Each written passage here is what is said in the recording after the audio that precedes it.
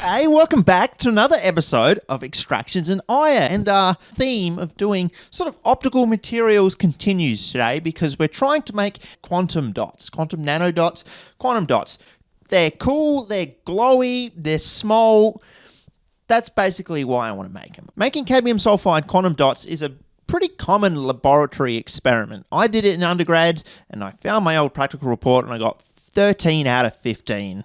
That's a pretty good grade for me at the time. So, how hard could this be? What we got to do is we got to get a cadmium source, a soluble cadmium source. We need to dissolve the cadmium in there and react it with selenium. We mix them together at high temperatures and then start pulling out solution. These crystals grow reasonably quickly. So they start out really small and over time they grow bigger. So the idea is to pull different solutions out at different time points, and the crystals are going to be different sizes. Because of their size, they'll have different fluorescent properties. That's generally the synthesis procedure. It's not a difficult laboratory, synthesis. To do this at home in my lab, I found a 2006 paper where they just do it in olive oil. Like, everything is just olive oil. So yeah, that's what we will be attempting today, or over however long it takes us, really. I'm just going to use the cheapest olive oil I can find because why not? The paper used some weird olive oil, not just from the store, but from a chemical supplier, which feels weird. If you're going to do a paper synthesis in olive oil, you might as well just say, hey, we went to the local store, we got some bloody olive oil off the shelf. If you're going to use a chemical supplier to get olive oil, you might as well get trioctyl phosphine and do it anyway. I mean, sure, it's greener because olives are a renewable resource, but we're using the cheapest olive oil we can find, and we're going to see if we can run the synthesis and get it working. Semiconductor quantum dots won the Nobel Prize in chemistry last time it ran, which was sort of the end of last year. I actually started this project before the Nobel Prize was announced. I'm saying that not as a weird flex, but there's going to be a weird time jump in the middle of this video because things don't go very well.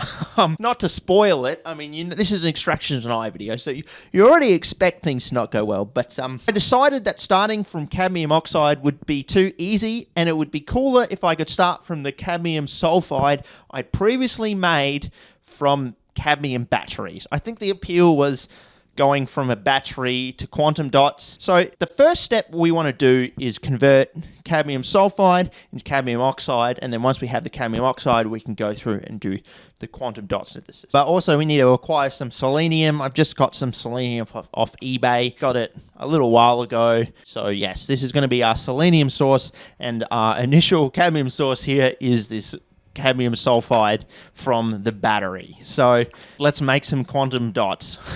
Good luck, everyone. All right, beautiful sunny day, and we have our cadmium out here. So my plan is we have the cadmium sulfide, which is very stable, which is nice for storage, but doesn't really let us do chemistry with it very easily, and it's not something we can use to make the cadmium selenide, because I think even if it would react with the selenium, which I don't think it would, it's not going to dissolve in the olive oil. So anyway, we need to go to cadmium oxide. That's what we need. We can't go there directly. I was hoping that maybe I could just heat the cadmium sulfide until it decomposed, but that temperature is too high and it will probably sublime before it starts to decompose, which is really bad because we'll start subliming cadmium, and I'll be asking, where's the cadmium for another video. So my idea is we're going to add just a little bit of nitric acid, just a couple of drops. It should dissolve, form hydrogen sulfide and cadmium nitrate, and then we can heat that, decompose it and form cadmium oxide. We're doing this on a small scale. I think I've got half a gram in there. And the advantage of doing it this way is that we can just keep it all in the test tube. We don't have to isolate the soluble cadmium because that's very toxic. We should see it go from this orangey yellow to a clear solution as the cadmium nitrate, and then we'll have crystals of cadmium nitrate. It will be like white to clear, and then we're looking just to torch it until it goes to this reddy brown of the cadmium oxide color. So that's what we're really looking for. Let's give it a shot. And the important thing is I got to try not to get sunburnt. So early spring, I always, every year I come out here to do chemistry, film another video in early spring. It's beautiful. My neck gets fucking roasted out here. Yeah, I think I got one of the worst sunburns in my life filming this vanadium video in this exact spot maybe 2 years ago. I don't know, that was fucked. Okay, quick stupid update. We're in a different test tube now because I put this other one in the clamp and then just immediately over-timed it and shattered the tube. Sometimes it's good to get your breakages out the way early. Now we're not going to break anything more because I've already broken my allocated 1 bit of glassware per video. And at least it was cheap this time. No, I I do not allocate myself a glassware breakage 1 per video. I feel like people get mad at that. I'm not that bad at chemistry. I'm honestly not that bad. I just sometimes have my coffee before I start doing things, and then I over tighten the clamp and it shatters the test tube. All right, it happens, okay? Going in.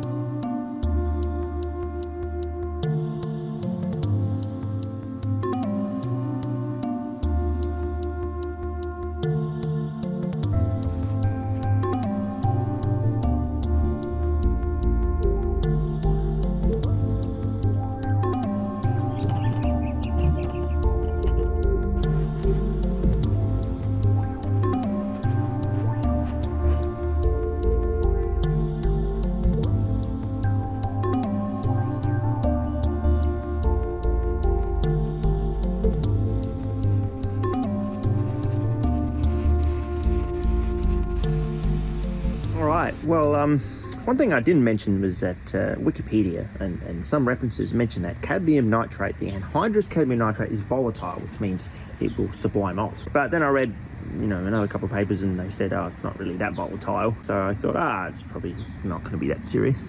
Well, I mean, it's serious, but like not that impactful. It probably won't sublime off very much. And that's why, you know, using this long test tube, and I was really hoping to get it quite hot at the bottom very quickly, have it decompose, and then it wouldn't sublime off. But yeah, you can see this bit of a film around the test tube. It's probably cadmium nitrate that's sublimed off, which is just so fucking unhealthy. I was wearing a gas mask the whole time because I mean, the nitrogen dioxide is not a healthy gas anyway, but very unpleasant. I wouldn't recommend this method. Not that, I mean, why the fuck would you be doing this? But yeah. And I don't think I really managed to decompose it very good. I was getting to the point where it's melting the test tube, but okay, we started decomposition. Let's see if you can see in there. I'll have a think about it. I'll have a think about how I'm proceeding from now. Cadmium nitrate is very hygroscopic, and you see some water creeping back into the test tube. If we've successfully decomposed it all, then it'll just be cadmium oxide, which won't absorb water from the atmosphere. But I suppose as soon as I leave this today, it's just going to start reabsorbing water from the atmosphere and forming soluble cadmium. So anyway, but rather than rush and do something now, I'm going to leave it to think in my head for a little bit and think about how we proceed. Alrighty, and here we are back in the present day. Nothing has changed. It's potentially 7 months later. I have a mustache now rather than a beard, and I think that's the only change of note. we ended the last little cadmium experiment in disaster. So what have we changed now to make it work? Well, it's a bit of a simple thing. Sorry, things are everywhere. I'm doing multiple things at once. Not that this ever looks clean, and not that I ever defend it, but I mean, the weirdest item here, sorry, I'm so easily on a tangent, but I've noticed that this is on the back of several shots from various videos. It's not a phone box, obviously. It doesn't have a phone in it, Nokia phone. I mean, it would be cool if it's got a Nokia phone in it. Pick this up from a relative shed, because of course it's full of spark plugs. Of course. I don't know. Sure. Use spark plug box. If that's in purgatory, should I keep it? Should I do a video on it? Should I throw it out? Why is there a box of used spark plugs? Where were we? Yes, the solution is to spend money to get out of our problem. This is cadmium oxide. This is 10 grams of cadmium oxide. We've done it. We've made cadmium oxide now. It's not really about the cost. It's just that I didn't want to buy 500 grams of cadmium oxide to use, you know, less than a gram of it, and then just have 499 grams of cadmium oxide lying around in storage. But this is 10 grams. It's from Oxymet or whatever that Polish site is. So, you know, not a lot of money. Fine. So we've done the cadmium side of things. So let's get on to making the quantum dots. So first of all, we've got our selenium, which looks fine. It's close to 4 years ago that I bought this, so I'm glad that it looks all still perfectly fine. We're going to get out an amount of this and grind it up and try to dissolve it in the olive oil, which the olive oil is somewhere, 6 months ago. Don't know where I would have put it in the past 6 months. Actually, I've got a good guess, so I should be able to find it. If not, I can just go and buy more olive oil. Anyway, a lot of tangents. We'll grind up the selenium, dissolve in the olive oil. We need to heat the olive oil, get it quite hot, and then stir it for a little while. It's going to take a little while for the selenium to dissolve. According to the paper, it takes 2 to 3 hours. Both of the solutions, when they're heated up, need to have argon over the top of them. I don't think it really interferes too much with the actual cadmium stuff, I guess, but olive oil at close to 300 degrees, the temperature we want to run this reaction at, does get a bit cooked, you know what I mean? It smokes a lot, it starts to degrade, so having that argon over the top of it will stop it from oxidizing so badly. Yeah, we've got a big cylinder of argon, but I'm just going to pipe it all into the flask. So hopefully we can all do this in a montage and without it fucking up, and then we can come back and see how well the argon actually worked before we do it in the important reaction, which is the actual quantum dot reaction later on with the cadmium in the olive oil. Then we add the selenium in. All right, well, I'm very excited after all this time to finally get this project moving again. So let's not get distracted any longer. Let's do it.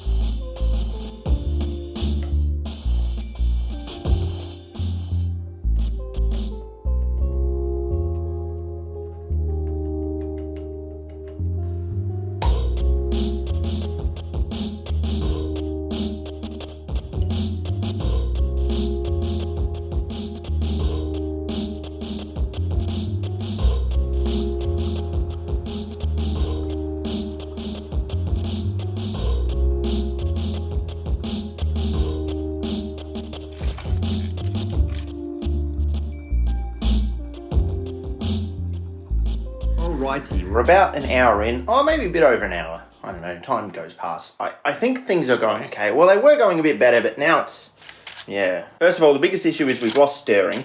I don't know why the magnet seems to have demagnetized. Oh, are we back? Oh, we're back. Okay, we're back. I feel like that happens in a lot of videos. I'm like, stirring is lost, and then I go to demonstrate it, and it's back. What has happened, I think, is as we've just reached the 200 degree mark, selenium has melted. You can see it's gone to a little ball there, which is not great. We obviously want the high temperature so that we can dissolve the selenium well, but went to the effort of grinding it up so that small particles would dissolve, and then we're following the paper which says use 200 degrees. But as soon as you hit 200 degrees, all the small particles of selenium melt together into a ball. So if we could hit 198 degrees, that would be perfect because we've got the high temperature, but we don't melt the selenium. It stays in the small particles to dissolve. So it's going to be tough to dissolve that big lump. Yeah, but I think it's the selenium melted onto the stir bar and maybe stuck it to the bottom. Anyway, yeah, so the argon's running through this tube, blah, blah, blah. It's a long tube, so I can attempt to prevent, slips, trips, and fall hazard. A bit of tubing across the walkway. If I was sharing this space with anyone, I would not do that. And even I'm just sharing it with me, and it still feels fucking unhinged to put the tubing that connects the argon bottle to this, 200 degree oil set up across the walkway. All right, I'll improve that. The argon, yeah, it was going okay. It's just some water here. Well, it was just some water, just to keep the positive pressure from the nitrogen, and then I can also monitor the flow really easily because I can just look how many bubbles are coming out. But this place did start getting a bit, what's the word? Pongy. A slight smell. I sort of expected from the selenium. Selenium's a very stinky chemical to work with. It's not particularly safe to, if you're smelling something bad, it's not a very safe chemical to be breathing in. So, it wasn't an overwhelming smell. It's just kind of like a faint odor of kind of cabbagey farts. So, unpleasant, but kind of like in a faint kind of like, who fucking ripped ass in here, you know what I mean? Anyway, point being, I put some bleach in this thing, and now we're just using it as a scrubber. I think any hydrogen selenide or like weird selenium volatile chemicals we make that are just getting pushed out with the argon are just going to get oxidized and destroyed kind of in that bleach bath. Not that I think there's a lot of selenium, but they're very stinky in low amounts. So we'll just keep this going. Hopefully we bloody actually dissolve the selenium with stirring. Come on, you can do it. Oh, we're kind of back. Oh, we're so back. Let's go.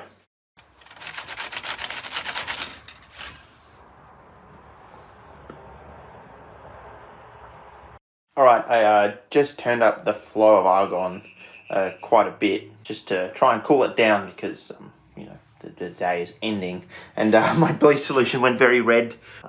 Yeah, it looks like some floaties in there too, but a selenium sponge, you know. I think that the argon tube flowing right down into the flask is probably not wise because I'm kind of forcing the gas down into there and picking up stuff and then running it across. Like, there's really no need for that to happen, I suppose. Yeah, we just really want a blanket of argon, so I don't really need it flowing very fast. Pull this up at solution, you know, you see some argon still there, but if I put this down further, no argon really runs through the system, but we just kind of have a positive pressure of argon. So that's probably a better way of doing it than if I'm doing it like 3 bubbles a second, then all the selenium comes off. I did try and crush the little grain just now. It was still a bit hot though, and pulling apart this solution was very, very stinky actually. Unsettling stinky, so kind of stopped doing that very quickly, but yeah, the stuff does reek, so the trap is doing a good job.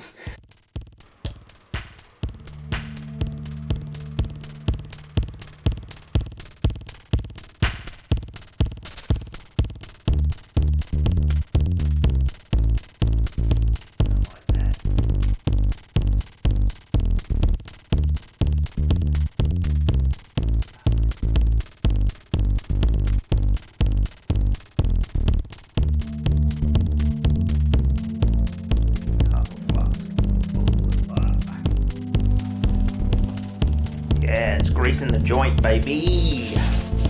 Fuck yeah.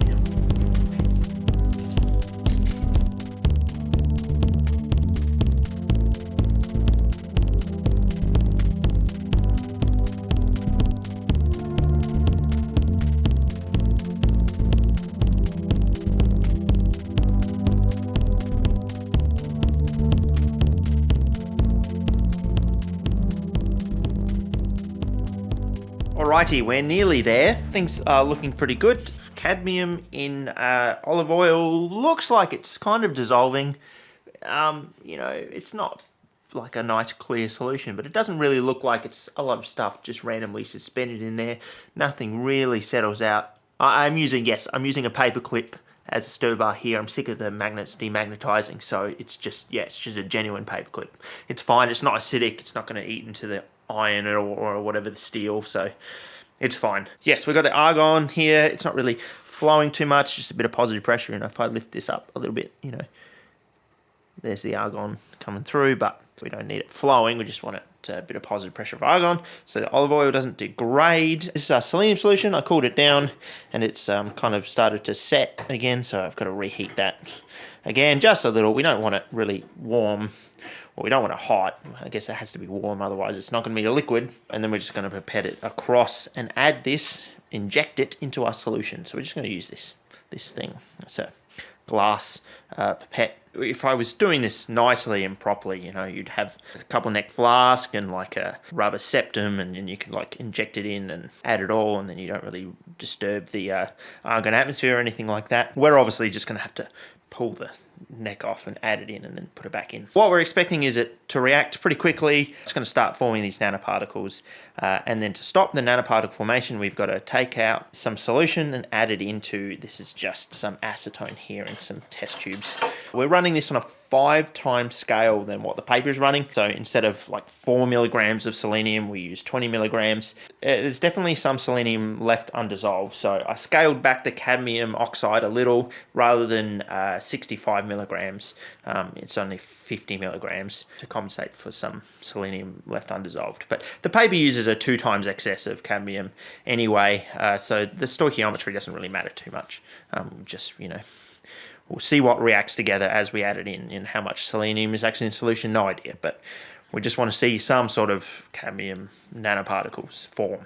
And obviously I've got this big light here. I don't know if it's going to show up in solution when we start it, but this is our UV light. So we're trying to make these fluorescent nanoparticles, and whether or not we'll be able to see them form under the UV light, I'm not sure. The olive oil might block all the fluorescence pretty badly, and we might not be able to see it on camera too good anyway.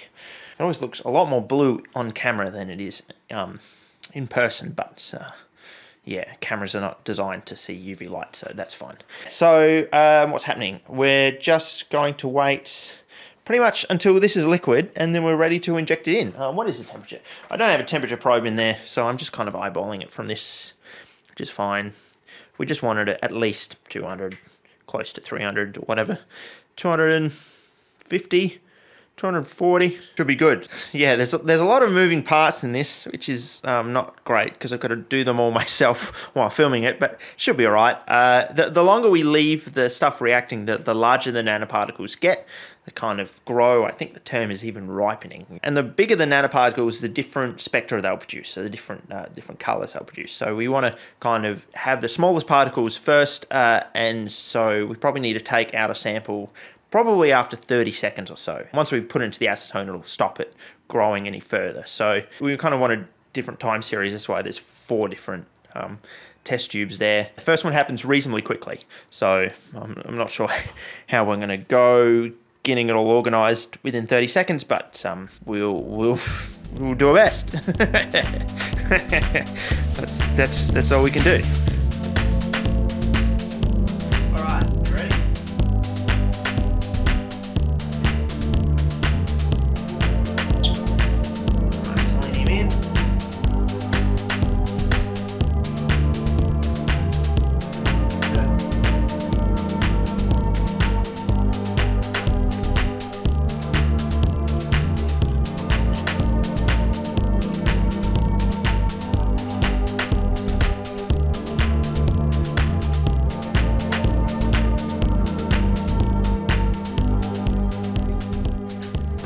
Yeah, that's kind of green. It's got a bit of a glow to it, right? Okay, here's the 6 fractions, and they're not looking very good. I think especially in ice bath, it's like crashing out a lot of the olive oil solids, and it looks like a lot of cadmium oxide is precipitated out. They're not, wildly fluorescent under the UV anyway. I mean, potentially. So it's worthwhile. We'll keep going, but we're going to have to clean these up a little. The next step really is just to centrifuge them down and get the nanoparticles off, but we can't do that if it's full of bloody random big lumps of cadmium oxide and solids from the olive oil. So I'll let these warm up. It's not so much stuff crashed out, and we might have to add some more acetone and wash some fractions, but yeah, maybe we're going to crack out the centrifuge too. I've got them sitting in some warm water just to redissolve the bloody olives, but yeah, we're left with this sort of murky solution with some precipitate at the bottom. So maybe this precipitate is the thing we want. It looks kind of too lumpy to be our sort of nanoparticles, but we may have just done a lot of them. We did do this at a large scale. Let's centrifuge them down and collect them, and then we can resuspend them in a solvent, and maybe doing that will bring out their nice fluorescent properties. It's kind of got this greenish tinge, which a lot of them have. That might just be the olive oil. Actually, all of them have this kind of same green tinge, so don't seem very nanoparticle-y. I've already said that a couple times, but all right, let's proceed anyway. Let's do it. We can do it.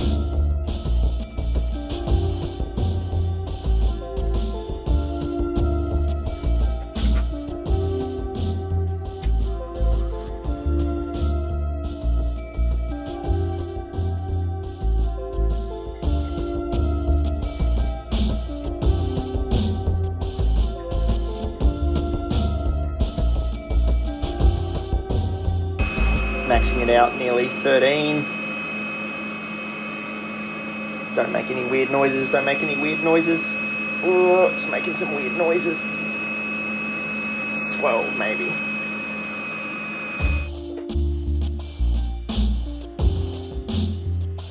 Alright, and as a final step, I tried to dissolve some in toluene. It does kind of somewhat dissolve. It's a little fluorescent, tiny bit.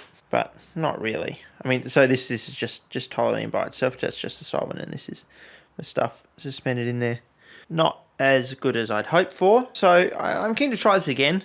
It's a lot of work, but we're obviously not going to run out of cadmium. I used 50 milligrams and got 10 grams. So yeah, what I think happened is that it's just maybe the particles just grew too quickly. Well, also I don't think we managed to dissolve a lot of selenium. So there are a lot of improvements to do, but I think a stupid change I'm going to make is to change out the solvent just for a better olive oil. Got a lot of cadmium waste. I mean, it's quite a lot of volume, but once again, not a lot of cadmium, because across all of this, it's still only 50 milligrams of cadmium oxide. Yeah, let's try it again another day. Surely. I probably wouldn't have believed it if this had worked on the first try. And here we are, Cobram Estate Ultra Premium Medium Intensity Olive Oil. This is the most expensive olive oil in the shops. This was 25 Australian dollary dues, making it 10 times as expensive as this olive oil. Jeez, look at this shit. Perfectly suited, ideal for all dishes. Man, these quantum dots are eating better than I am. I've never had olive oil this good. And now, of course, it's brought into the lab. I'm not going to use this for food now. It's just getting used for cadmium. Yeah, will this help? I'm unsure, but potentially one of my biggest flaws is I genuinely think that the science appreciates when you commit to a bit. I can't just get slightly better olive oil. I've got to go out and get the most expensive one. Anyway, my thinking behind it is that the thing that we need to dissolve and I guess modulate the crystal growth is oleic acid, which is this big monounsaturated fatty acid thing. And my thinking was that sounds like something you want in olive oil, so the more expensive olive oil will have more oleic acid. Now I've actually looked it up. The opposite might actually be true. To be extra virgin olive oil, there's a limit on free acid, which is like the free oleic acid, which is what we want, right? Because there's an oleic acid, I guess, content, but like as part of the fatty acid. But we kind of want the free acid by itself off the glycerin backbone. And we can even see here, so oleic acid is this monounsaturated fat. It's 68.9, and for our cheapy one is 70.5. There's actually more oleic acid probably in this cheapy one, but anyway, we'll see if this bloody medium intensity, perfectly suited Spanish olive variety, yeah, shit. We'll see if it helps. Because what I really think, looking back, what's happened is that we really haven't dissolved much selenium and we haven't dissolved much of the cadmium oxide. So they just sort of mixed, nothing really reactive, and then we just sort of re-precipitated out cadmium oxide at the end. Much more fluffy than before. It is hard to see if we've really dissolved it. Things have been stirring for quite a while, like 3 hours, and this is pretty hot. It's not under argon or anything like that, but it's about 200 degrees and it's fine. It's olive oil, it's not going to boil at 200 degrees. It looks pretty good this time. Still hard to tell if it's not just all cadmium oxide suspended in there, you know? It's not a nice, really nice solution. It is also half scale compared to last time, or half the amount of cadmium oxide, same amount of solvent, just to see if I can really actually get everything dissolved. I think it's looking pretty good. The selenium's still taking ages. I only put 10 milligrams in, which is half scale before, but then I put an extra 10 milligrams in because it's just not dissolving it. And once again, I think it's kind of lumped up again. Even though I've kept it mainly below 200, I think it seems like it gets a bit, I don't know, even a bit sticky.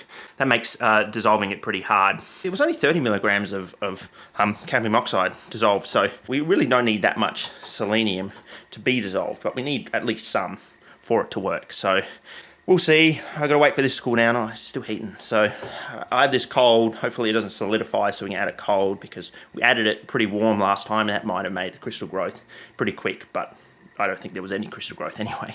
Yeah, hopefully it's just a bit more patience and a bit more money spent on olive oil, time, love and care. Maybe the chemistry will appreciate that. Yeah, fuck it, let's do it. Alright, let's do it.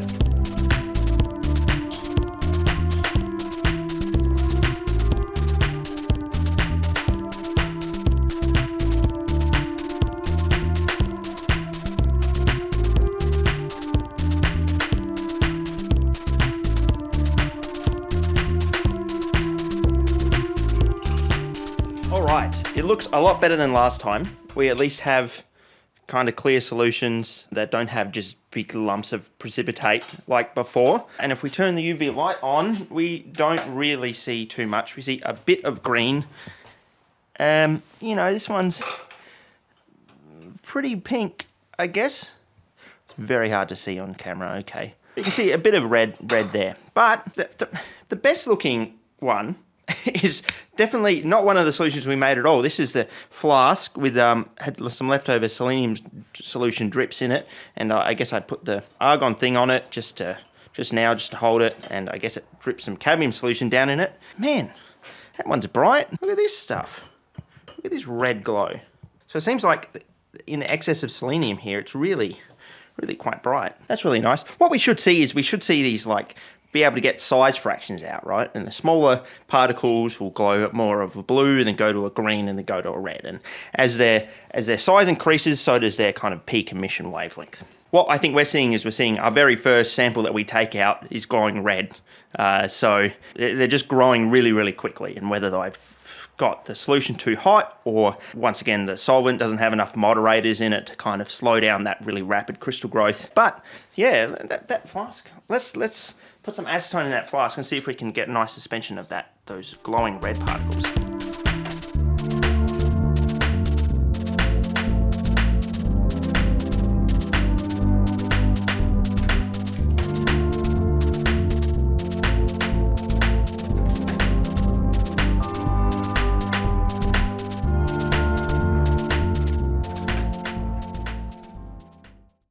Oh gosh, do I have an update for you? I was so excited to come here today and talk about quantum dots and finish this video, maybe even attempt the synthesis one more time. I mean, we have this red solution here. I thought that was pretty good. We sort of accidentally made some quantum dots, and I extracted it and put it in the acetone. You can see that lovely red coloration there. And here's all our other fractions. You see some red coloration in some of the test tubes, so it's conceivable that we did form some quantum dots in the actual manner we're meant to, and this all seems very reasonable. So I was setting up for another run today, and then I had my light pointed towards the flask here. This is verging on embarrassing, actually. Look at this flask, and I was like, oh, maybe there's some cadmium and selenide in there already. And then I realized I'd checked the fluorescence of this olive oil. Yeah, it's a little bit yellow-green. It's what you'd expect, but this bloody expensive olive oil has betrayed me. The cheap olive oil, you know, maybe some slight coloration on that one. Look at the brightness out of this one. This is the expensive olive oil. Look how red it is. This is just the stuff straight out of the bottle. It's absolutely glowing. It has no right to be this fluorescent in the red. So all of this fluorescent and the stuff here that we see, it's just from the olive oil. We haven't formed a single bloody quantum dot. Not one measly bloody quantum. My hands are oily now. God damn. Have I mentioned my PhD's on fluorescence? Anyway, my PhD's on fluorescence. So I've given like 6 years of my life to bloody fluorescence, and I try to actually finally do a video on it in my spare time, and this is how I'm rewarded. I should have just spent the video looking at fucking old spark plugs or something. This shit sucks. It sucks. It betrays me every time. This is just ridiculous. I'm giving up. Fuck. Fuck this, though. Alright, we're back one more time. One more go of this. I don't know where I found the enthusiasm to do this one more time, but here we are. And things are looking a lot better. This is our selenium solution. It looks very different. This is once again in the cheap oil, but it actually looks like the selenium is dissolved this time. I went and the extra mile, really, I guess, and I ground up the selenium really finely and put it into the olive oil and was stirring it below 100 degrees. But once again, it started doing that thing where I guess it gets a bit tacky and starts clumping together. So I got out the ultrasonicator.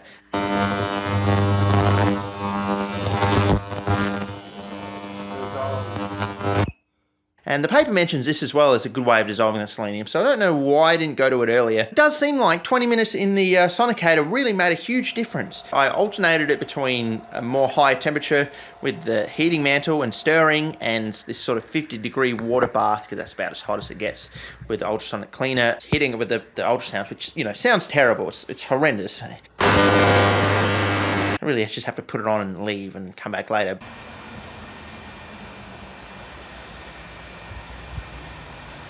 But it looks like maybe not everything has dissolved, but it definitely looks like there's more selenium in solution. I've obviously just abandoned the argon as well, so it could just be the olive oil going rancid really quickly as it heats up and gets ultrasound through it. But yes, this is also our cadmium solution. It looks pretty good. Looks like things are basically dissolved as well as they've ever been. I've also added about a quarter of a drop of 50% sulfuric acid just to try and increase the amount of free oleic acid. So I think just that little bit of acid and water in there will promote some hydrolysis of the the triglycerides and just make a little bit more oleic acid, which might help with the crystal growth as well. So we'll give this one more shot. It's good to check now. Everything is not fluorescent. Well, the only thing fluorescing here is the old Cobram Estate bloody olive oil. We're all good. I had to really clean everything to get rid of the red Cobram Estate residues on everything, but it looks like I've done that. Let's do it. Let's do it. One last time. All right. Fingers crossed, everyone. Let's do it. It should just be a little bit hotter.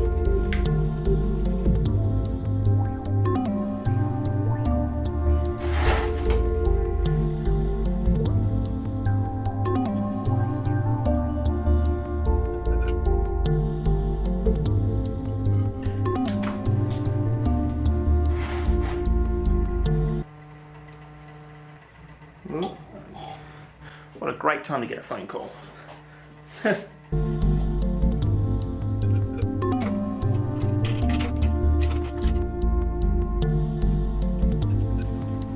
Alright, are any of them any good? Doesn't seem like it. There's a bit of a faint green glow, but it's sort of the same as the olive oil. I mean, it could be, that one's slightly redder than that one. It's so hard to say just because maybe the olive oil fluorescence is masking everything, but maybe it's something really subtle, something stupid I'm forgetting to do, or maybe it's something really complicated that I could try this 100 times and never sort out. Could be the temperature, could be the volume I'm doing it at, could be a number of things. Could be the iron in the stir bar quenching fluorescence. I don't know. What I'm saying is I'm actually giving up for real this time. Feel free to suggest new things in the comments.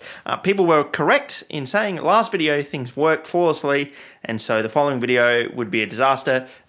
Well done, you're correct. Anyway, what have we learned today? I feel like we're investigating whether an olive is a good solvent, and I think I can be confident in saying that maybe olive isn't a good solvent for quantum dot reactions.